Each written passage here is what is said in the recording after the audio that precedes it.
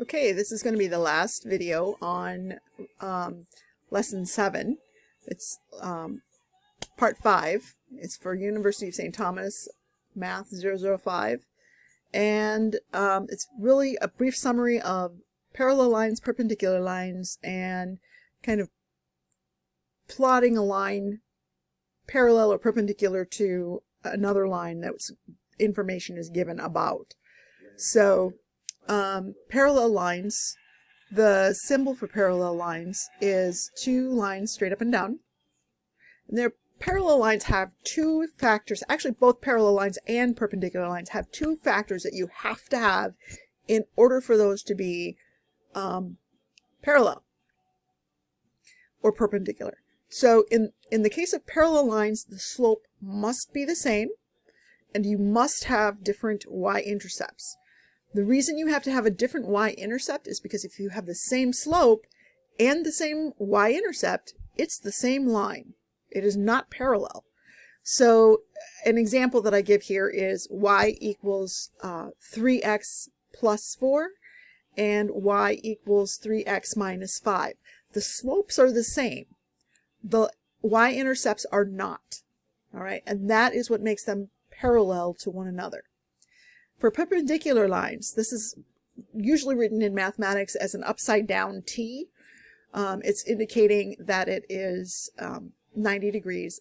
You can also have it be called orthogonal. Very few people talk about it being orthogonal. If you want to impress people, talk about the fact you know about orthogonal lines.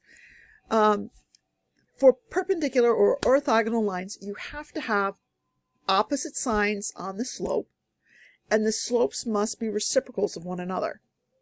Okay, and I give two examples here. First example that I give is y equals negative 7/5 x plus 1. And the perpendicular line to that, if you take a look, we started off with a negative 7/5. This becomes a positive 5/7. And that's what makes it perpendicular. Again, the next one we have y equals negative 18/3x plus 5. If you take that 18/3, you could reduce it to negative 6. So when I take a look at my other line there, I have, instead of a negative 6, I have a positive 1/6 x plus 7. So that is what makes that line perpendicular to our first line. I also wanted to talk briefly about being able to find the equation of a line that passes through a given point and it's parallel to or perpendicular to, okay? And you basically have to just pay attention to the slope and which one they're asking you for. So in this particular case, they give us the equation of a line. They want us to find a parallel line to. So our initial information is x minus 2y equals 6. So when we kind of shuffle things around, I get a negative 2y, and that's going to equal a negative x plus 6.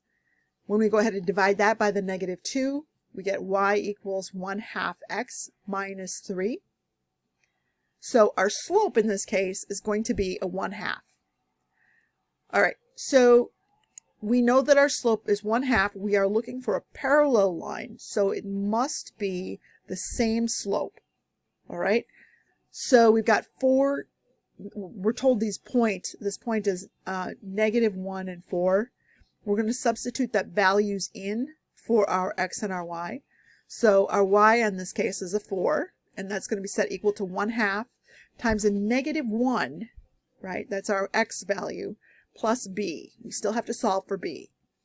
We go ahead and solve for b, and we wind up with 4 and 1/2 equals b.